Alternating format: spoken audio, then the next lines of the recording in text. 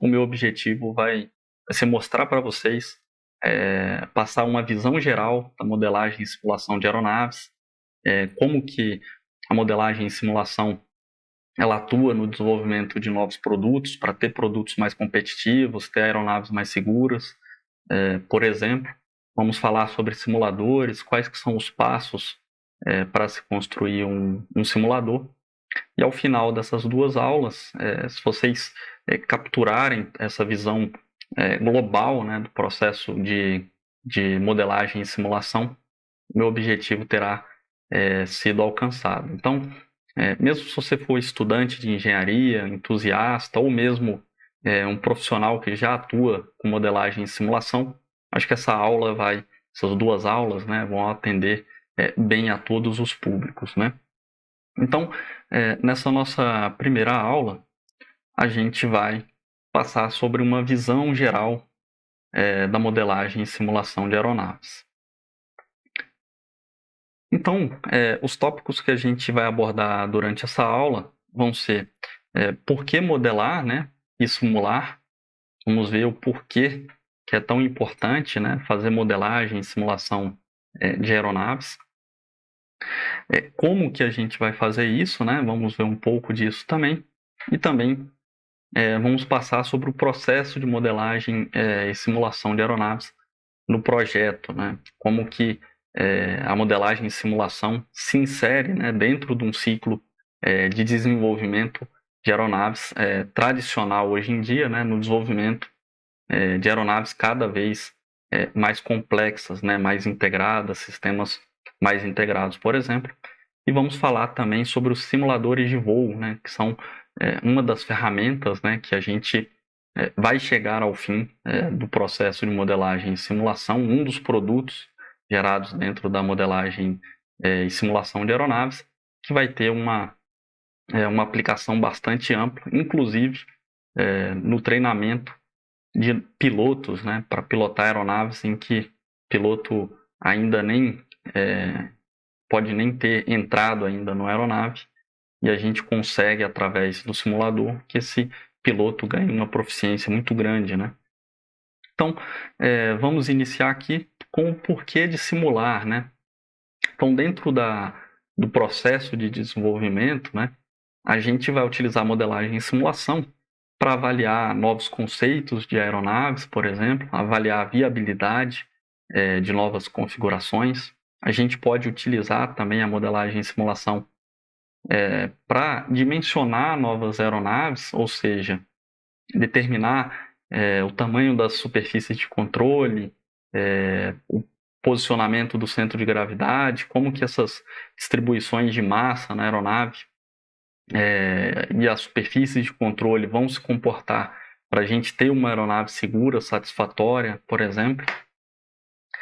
E além disso, a gente também vai poder utilizar a modelagem e simulação de aeronaves para projetar sistemas embarcados, que vão embarcados na aeronave, né, como sistemas de aumento de estabilidade, como o sistema SAS aqui, né, tem vários exemplos utilizados na aeronave, como iodumper, pit dumper, por exemplo. Sistemas de aumento de controle, né, os sistemas CAS, né, sistemas em que a gente pode desconectar os comandos do piloto das superfícies de controle e fazer um controle de uma forma mais automática, como, por exemplo, no F-16, que tem um sistema de controle longitudinal por fator de carga, né? Além disso, pilotos automáticos são utilizados no dia a dia aí do transporte comercial, né? Pilotos automáticos de velocidade, de altitude, bastante similar ao que a gente já tem nos nossos carros aí, como piloto automático de velocidade, né? Em que a gente seta uma velocidade e a gente fecha a malha com um sistema automático para diminuir a carga de trabalho do piloto, por exemplo, e mesmo para desenvolver sistemas autônomos, né? Então, a modelagem e simulação ela está na base do desenvolvimento desses sistemas embarcados, né? Então, a gente começa aqui desde os estudos conceituais, estudos preliminares de aeronave, até mesmo no desenvolvimento, onde a gente vai analisar tanto a minha aeronave quanto os meus sistemas, né? Sejam eles mais ou menos automáticos, né? Como que eles se comportam juntos, né? Para você ter uma aeronave no final. E tudo isso, né? De forma a antecipar problemas, ter aeronaves mais robustas, né? E também para se preparar para campanhas de ensaio, antever comportamentos da nossa aeronave, buscar fragilidades nesses sistemas automáticos, chegar em ajustes desses sistemas e da própria aeronave em si, em que a gente possa iniciar uma campanha de ensaios em voo de forma segura, competitiva, né, que a gente tenha ao final de todo esse ciclo de desenvolvimento de produto de aeronaves, uma aeronave que seja competitiva e que seja segura também acima de tudo, né? Então, tem diversas aplicações, né, a modelagem e simulação sempre com esses objetivos, né, de se chegar a aeronaves competitivas, seguras, robustas, né, para que a gente tenha, no final, um bom produto, né? Então, tudo isso, né, está inserido dentro do desenvolvimento de aeronaves para que a gente chegue, né, nesses produtos cada vez mais competitivos, né? E não só produtos, né? Mesmo dentro de competições estudantis, né, a modelagem e simulação ela tem um papel bastante central, né? Como antecipar as características de voo da minha aeronave, né? Como ter uma aeronave mais competitiva, né? São todos papéis que a modelagem e simulação vai nos ajudar a antecipar, né? Mesmo antes da gente começar a voar. Então, o objetivo ao final, né, é que a gente voe o mínimo possível para assegurar que a gente tenha uma aeronave de fato competitiva e segura. E quando a gente inicie essa campanha de ensaios, a gente já saiba, antecipe, né, o que a nossa aeronave vai apresentar de características de voo, por exemplo.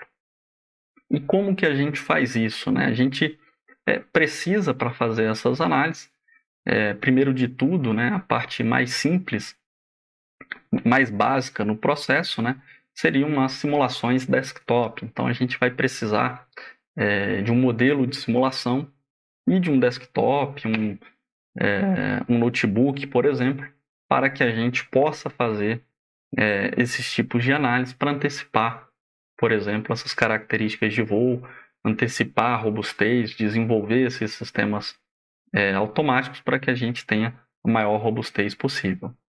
E seguindo na linha, né, além disso, a gente também pode utilizar outra solução bastante barata do ponto de vista de desenvolvimento de produtos, que é o simulador desktop, né, que a gente vai precisar de um modelo um pouco mais adaptado em relação ao modelo de simulação para que a gente possa fazer, né, essa interface entre um inceptor, né, um comando de voo, que no começo aqui pode ser tão simples quanto um joystick, aqui emulando, por exemplo, um stick de aeronave, e a gente já vai conseguir, com uma ferramenta desse tipo, antecipar bastante características de voo da nossa aeronave, refinar regiões de projeto, tudo com um aparato bastante simples e bastante barato também, né?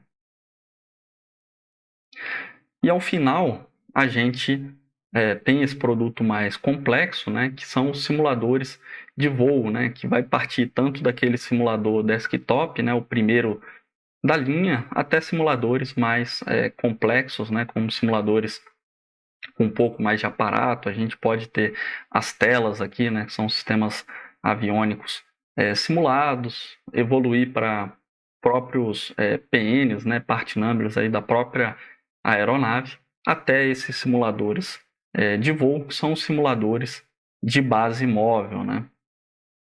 E dentro dos simuladores de base móvel, a gente possui os Full Flight Simulators, que são esses simuladores que a gente está apresentando aqui no vídeo, que são simuladores que possuem uma fidelidade muito grande de sons, imagens, tudo isso para que a imersão do piloto seja a mais representativa de voo possível, né?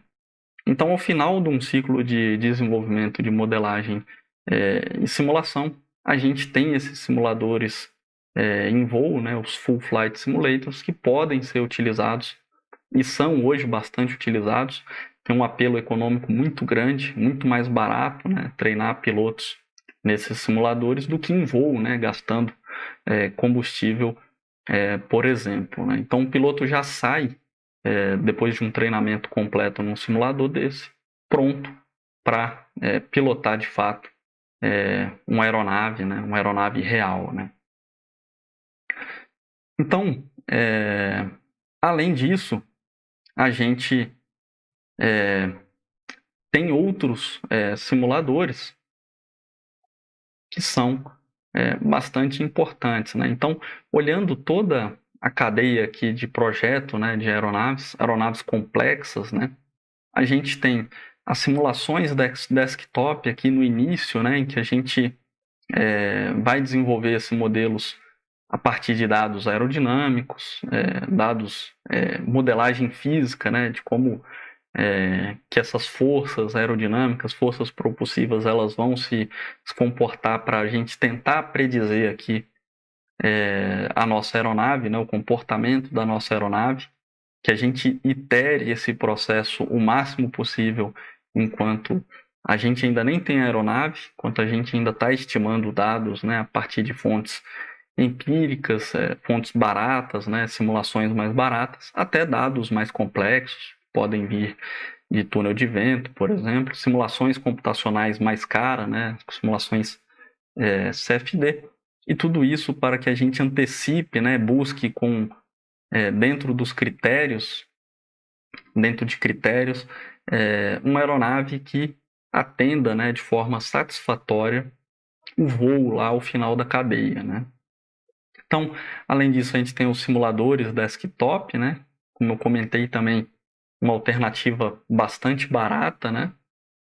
E seguindo aqui na modelagem e simulação, a gente tem os simuladores mais complexos, que a gente vai fazer ensaios, né, com o piloto no loop para avaliar não só a aeronave, mas aquele conjunto, né, a aeronave, sistemas de aumento de estabilidade.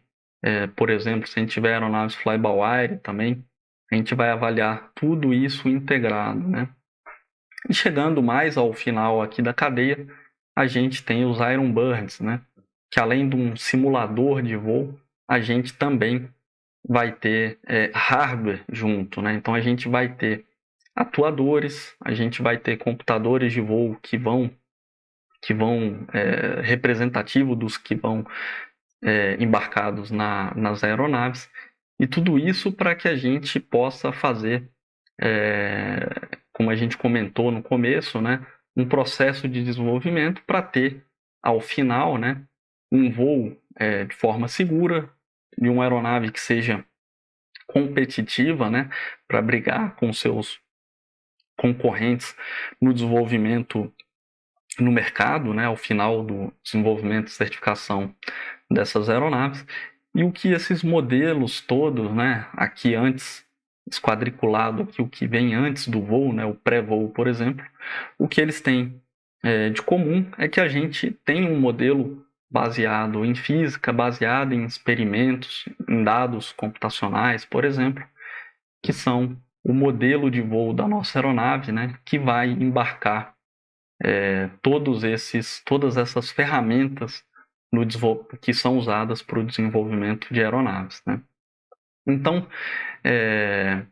esse é um processo iterativo, né? A gente inicia ele com esses modelos mais simples, mas eles também são realimentados, né, durante todo o processo, mesmo depois que a gente voou, né, a gente consegue avaliar se os nossos modelos estão adequados ou não e voltar no começo aqui da nossa jornada e realimentar esses modelos de voo, por exemplo, calibrações, sejam elas aerodinâmicas, erros de sensores, por exemplo, para que a gente possa robustecer o nosso processo, né, e chegar a uma aeronave mais competitiva possível, né? Então, esses Iron Birds aqui no final do processo, eles são bastante representativos, né? A gente pode ver aqui um primeiro voo de um Iron Bird, né? É como se fosse um feito, né? Em que a gente vai ter computador de voo, o software que vão por trás desses computadores, algumas peças, algumas partes, né? Todas elas em conjunto, né?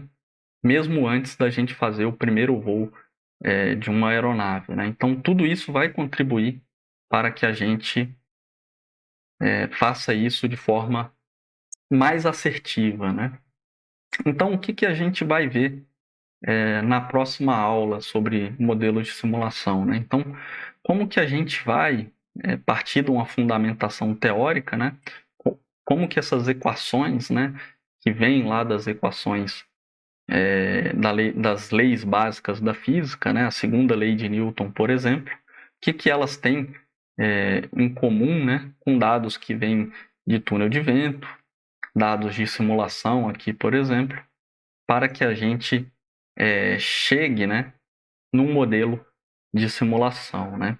E o que esses modelos de simulação têm em comum, né, é que eles são aplicáveis, né, ao desenvolvimento, né, de qualquer aeronave, né, seja ela uma aeronave de aviação geral, né, com motor a pistão, por exemplo, seja ela aeronaves de aviação geral, com motor turbofan, aeronaves com motores turboprop, aeronaves comerciais, mesmo aeronaves que ainda estão em desenvolvimento, né, que para serem utilizadas aí uma tentativa de revolução, né, do transporte aéreo urbano, né, ou mesmo de aeronaves para competições estudantis, né, como o aerodesign, que eles carregam em comum é que a gente pode utilizar a modelagem e simulação no processo de desenvolvimento de todas essas aeronaves, né, de forma a ter, ao final do processo, né, aeronaves mais robustas, mais competitivas, por exemplo, e aeronaves seguras, né? Então, na próxima aula, a gente vai ver os passos, né, de uma forma bem macro, quais que são os passos para a gente chegar num modelo desse de simulação de aeronaves, para a gente iniciar o processo, né, que a gente pode utilizar para iniciar, né, o processo de desenvolvimento de aeronaves. Então, me despeço dessa aula com a imagem dessa belíssima aeronave, um modelo Embraer 190 E2.